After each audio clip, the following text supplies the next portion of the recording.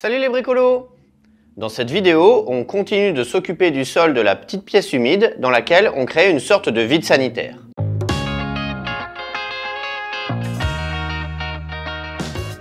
Vous allez voir, j'ai eu pas mal de problèmes avec cette pose d'OSB. Pour ceux qui n'ont pas vu les vidéos précédentes, on a cassé le sol en ciment et creusé en faisant attention de ne pas descendre sous les fondations. Ensuite, on a créé des plots en béton armé sur lesquels on a installé des poutres en chêne, sur lesquels on a fixé des solives en Douglas, et enfin, on a isolé le plancher avec de la laine de bois et du liège en vrac. Il est temps de refermer tout ça avec des plaques OSB. Quand on pose des plaques OSB au sol, il faut apporter un soin particulier à la première plaque, car c'est elle qui va déterminer la position et l'orientation de toutes les autres. C'est d'autant plus vrai quand les murs ne sont pas droits ni perpendiculaires comme chez moi. La première plaque OSB, elle va être posée de là jusque là. Le mur qui est là, il est plus près de nous le mur, et là il est plus éloigné quoi, en gros. En exagéré, il est comme ça le mur. Et ici c'est pareil, le mur il n'est pas non plus parallèle aux solives, en exagéré il est comme ça. Donc ça veut dire que je vais avoir une plaque OSB, il va falloir que je fasse une découpe comme ça et comme ça quoi. Ce qui aurait été facile, ça aurait été d'installer la plaque contre le tuyau en la mettant bien perpendiculaire aux solives pour voir, mesurer de combien il fallait que je la recoupe. Or, elle ne rentre pas. C'est toujours mieux d'installer et de faire les mesures sur place parce que comme ça, on est sûr de ne pas se tromper. J'ai installé, vous voyez, cette chute qui est bien perpendiculaire partout. Je l'ai mise pile le long de cette solive pour que la pose soit bien perpendiculaire à la solive, donc l'arête est parallèle. Et comme ça, là-bas au bout, je peux mesurer l'écart que j'ai là par rapport à l'écart que j'ai là-bas. J'ai observé qu'à cet endroit-là, l'écart entre le fond de la pièce et le bout de la plaque OSB, c'est environ 5 cm. Ensuite, il faut que je mesure la longueur là où la plaque OSB va être la plus longue.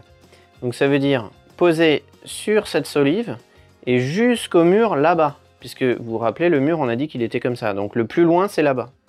Et de là-bas tout au bout, jusqu'à la moitié de cette solive, ça fait 2,33 m. J'ai mesuré 2,33 m de là jusque quelque part par là, j'ai noté 2,33 m. Et ensuite, il va falloir que je fasse une découpe comme ça, de 5 cm de moins. Donc, je suis allé ici, et là, j'ai fait 2,33 m moins 5 cm, donc 2,28 m, donc j'ai noté 2,28 m ici, et je vais couper donc en biais comme ça.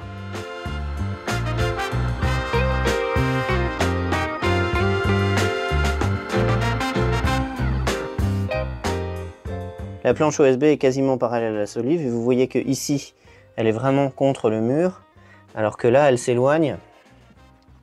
Elle est assez loin du mur. Donc c'est cette découpe qu'il va falloir que je fasse.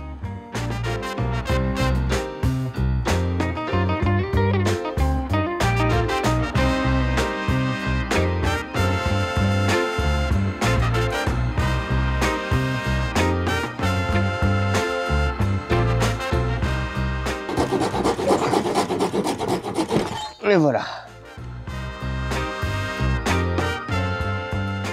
Bon, là je suis un peu dégoûté parce que je viens de me rendre compte que parmi les plaques que j'avais achetées, eh ben, elles sont pas toutes compatibles. Pourtant elles sont toutes de la même marque. Donc faut vraiment faire gaffe quand on achète des plaques OSB. Je suis allé les acheter à la Syrie qui m'a fait les solives. Je leur ai demandé s'ils avaient des plaques OSB de 22 mm. Parce que là en ce moment il y a des pénuries partout, c'est compliqué de trouver. Et moi j'avais besoin de 15 plaques et le mec m'a dit bah, j'en ai que 12. Et comme c'était la pénurie, je lui ai dit ok bah, je vous prends les 12. Il est parti dans son entrepôt. Et il est revenu en me disant ah bah vous avez de la chance, j'en ai trouvé 3 de plus, j'en ai 15. J'avais quand même regardé, c'est bien effectivement, c'était bien des plaques de la même marque. J'avais bien vu que les plaques étaient différentes, c'est pas la même série puisqu'il n'y avait pas le même code barre, mais il y avait c'était la même marque. Et c'était du 22 mm de la même marque, je me suis dit bon bah il n'y a pas de raison que ça ne fonctionne pas. Et ben en fait si, ça fonctionne pas. Je vais vous montrer pourquoi. Donc ça, celle-là de plaque, ainsi que celle sur laquelle je suis assis là, ça c'est celle où j'en ai 12. Et vous voyez, je les ai bien mises l'une rainure et languette dans l'autre et c'est nickel, hein, il n'y a pas de jour, c'est parfait. Ça, c'est la partie de plaque que j'ai découpée pour faire la première, donc qui est l'autre code barre, ça fait partie de la série de 3, celle-ci. Et vous allez voir, c'est la même partie de plaque que celle-ci, puisque on est d'accord que là il y a une rainure, là il y a une rainure, ok. Et on est d'accord que là il y a une languette, ok. Et là il y a une languette. Si je ne l'avais pas coupée, la plaque elle serait posée comme ça, elle serait exactement pareille. Et bien vous allez voir que si je la mets comme ça ne fonctionnera pas ici. Je mets la languette dans la rainure. Voilà, et là je suis à fond. Et j'imagine que vous voyez un jour là. Il y a bien 3 mm. La rainure et la languette n'ont pas été faites de la même façon sur les deux. Le côté là est plus haut que ce côté-là. On a pareil de l'autre côté évidemment. Côté rainure, on a bien un côté qui est plus haut que l'autre. Pour que ça fonctionne, il faudrait que je la mette comme ça. Et là, je pense que voilà, là ça fonctionne parfaitement. Sauf que si je fais ça, ici on se retrouve avec une rainure. Et ici aussi on se retrouve avec une rainure. Donc si j'emboîte les deux plaques, il n'y a pas l'effet rainure et languette. Là ça sert à rien, vous voyez, c'est pas accroché. Donc je suis un peu dégoûté. Du coup on a refait les découpes sur une plaque de la série de 12 en se servant des mesures déjà réalisées.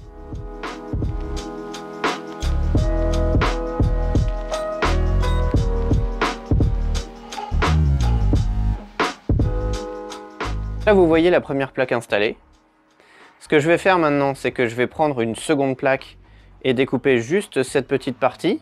Donc là vous observez qu'il n'y aura que 2 appuis, mais à cet endroit là c'est pas très grave puisque là il y a le tuyau d'évacuation des eaux, donc en fait ici il y aura un coffrage. Donc ça veut dire qu'à cet endroit là du plancher, il n'y aura jamais rien qui sera posé et personne qui marchera. Donc je fais une exception aux trois appuis à cet endroit là.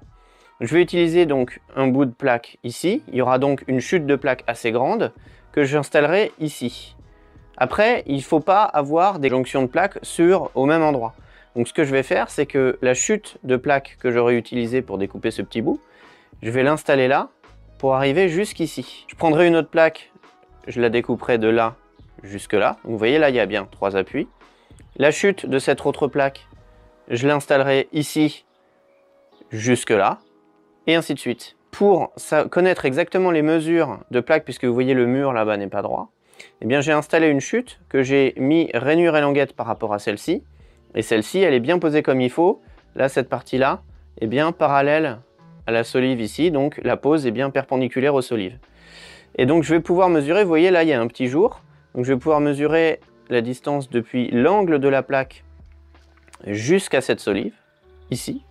Je vais pouvoir faire la même chose de l'autre côté, de là jusqu'à cette solive, ce qui fait que je vais pouvoir faire ma découpe directement sur la plaque.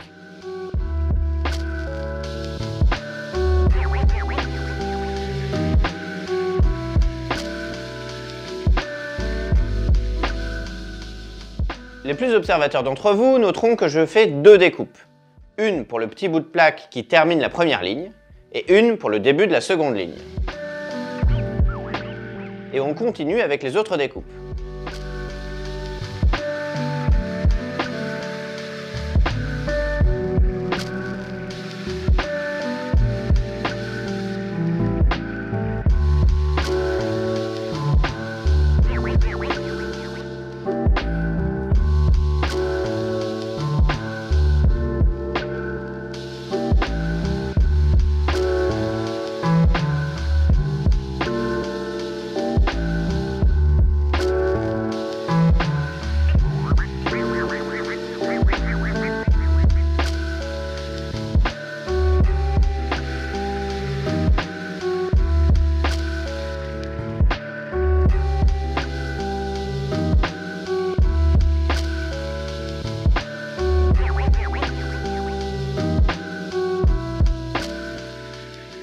La plaque, il va falloir qu'elle aille jusque sur la marche, puisque mon plancher, lui, il va être à la même hauteur, marche incluse. Il faut donc découper pour épouser la forme du mur. Comme d'habitude, j'essaye au maximum de noter les découpes directement sur place, c'est plus précis que de faire des mesures.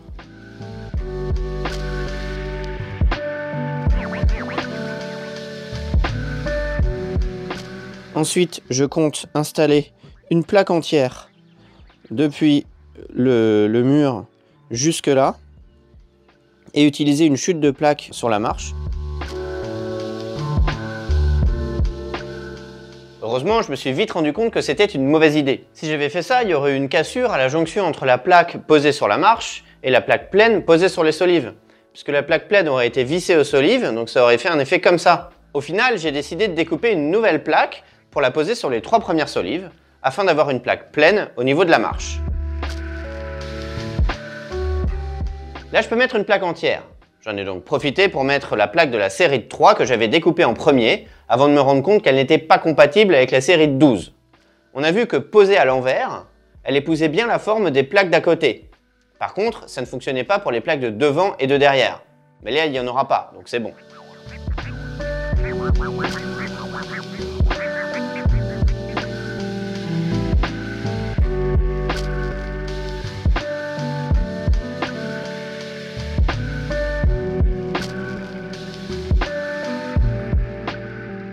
Là, on s'attaque à ce qui va aller là. Donc j'ai déjà découpé à la scie sauteuse la forme du mur là-bas. Ça, on est d'accord que c'est le bord de cette planche. Donc là, le tuyau, il arrive à 23 cm. Voilà. La planche, je vais la rentrer comme ça. Puis après, il va falloir que je puisse mettre la rainure à languette. Donc il faut que je dépasse au moins de la languette. Donc je regarde par rapport à la languette de combien est la distance. De là jusqu'à la languette, ça fait 22,5. 22,5, c'est là. Hop, le tuyau il fait 10. On va prendre 11,5 histoire de prendre un petit peu de marge. Je vais finir dans l'autre sens. De l'autre côté, c'est facile, on a le trou qui est là. Donc on se met dedans.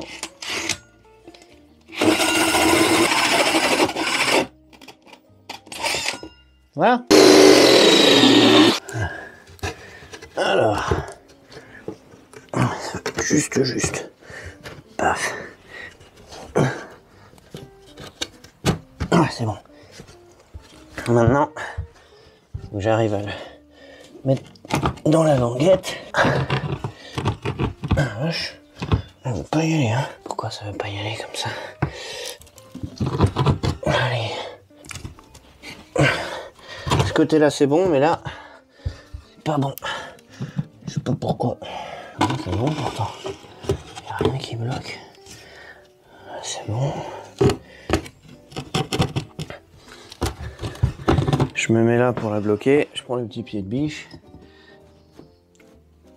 Ah bah non, ça marche pas. Là, c'est bon. De l'autre côté, impossible quoi. Mais c'est incroyable ça. La rainure, elle est pas bonne ici. J'ai donc dû reprendre la rainure avec la scie japonaise et un petit ciseau à bois.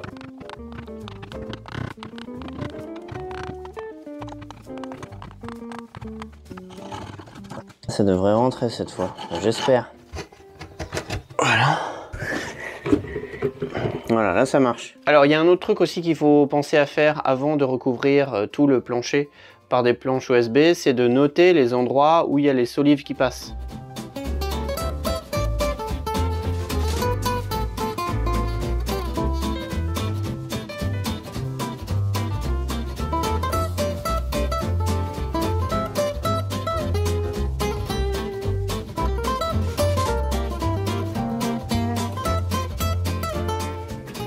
Encore un problème de rainure.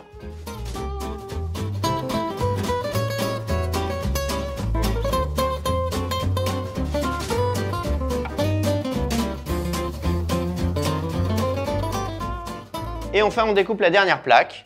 Comme d'habitude, on commence par mesurer et on affine sur place.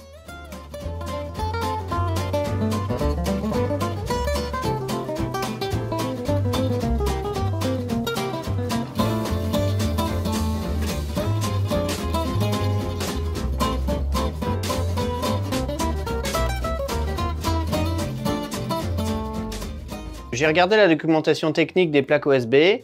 Pour les vis, il faut mettre des vis d'un diamètre minimum de 4,2 mm et il faut que la longueur de la vis soit au moins 2,5 fois plus grande que l'épaisseur de la plaque. Donc l'épaisseur de la plaque, ça c'est du 22 mm. Donc 2,5 fois 22 mm, ça fait 55. Donc il faut au minimum mettre des vis de 4,2 par 55. J'ai des 4,5 par 70, donc ce sera largement bon, c'est les plus petites que j'ai. Ça m'embête d'aller en acheter d'autres, j'ai un gros paquet de celle-là, donc je vais utiliser celle-là. Et il y a un autre truc aussi qu'il faut, c'est que la vis, vous voyez, il n'y a pas de filetage ici.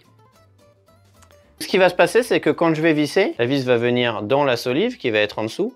Et à partir du moment où la partie sans filetage, où j'aurai plus que la partie sans filetage, vous voyez, c'est quasiment pile la taille de la plaque. À ce moment-là, quand la vis va appuyer, ça va bien plaquer la plaque contre la solive qui sera en dessous. S'il y avait un filetage en dessous, s'il y a un petit écart qui se crée ici, eh bien vous pouvez jamais le rattraper en fait. Vous pouvez visser aussi fort que vous voulez. Ce petit équerre restera puisque il est dans le filetage. J'ai aussi regardé combien de vis il fallait mettre.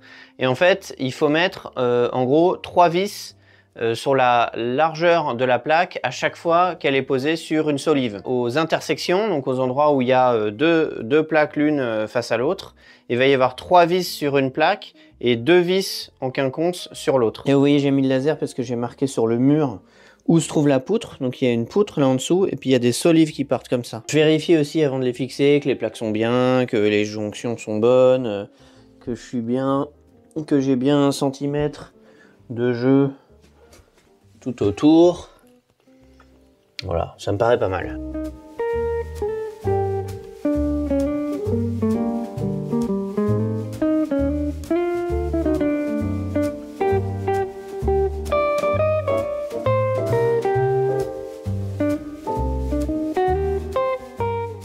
On a une jonction, donc je sais que la solive est en dessous.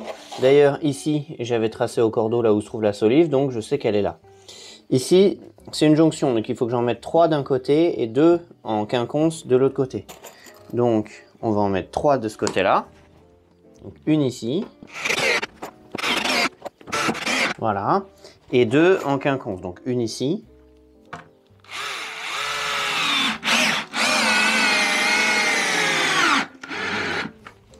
Et une là.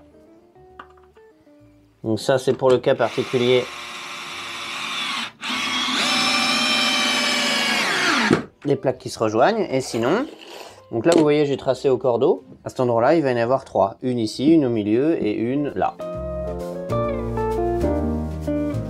J'espère que cette série de vidéos vous a plu. Si c'est le cas, n'oubliez pas les pouces en l'air, le partage, les commentaires. J'ai aussi une page Tipeee et Utip pour ceux qui souhaitent me soutenir. Et moi je vous dis à la prochaine!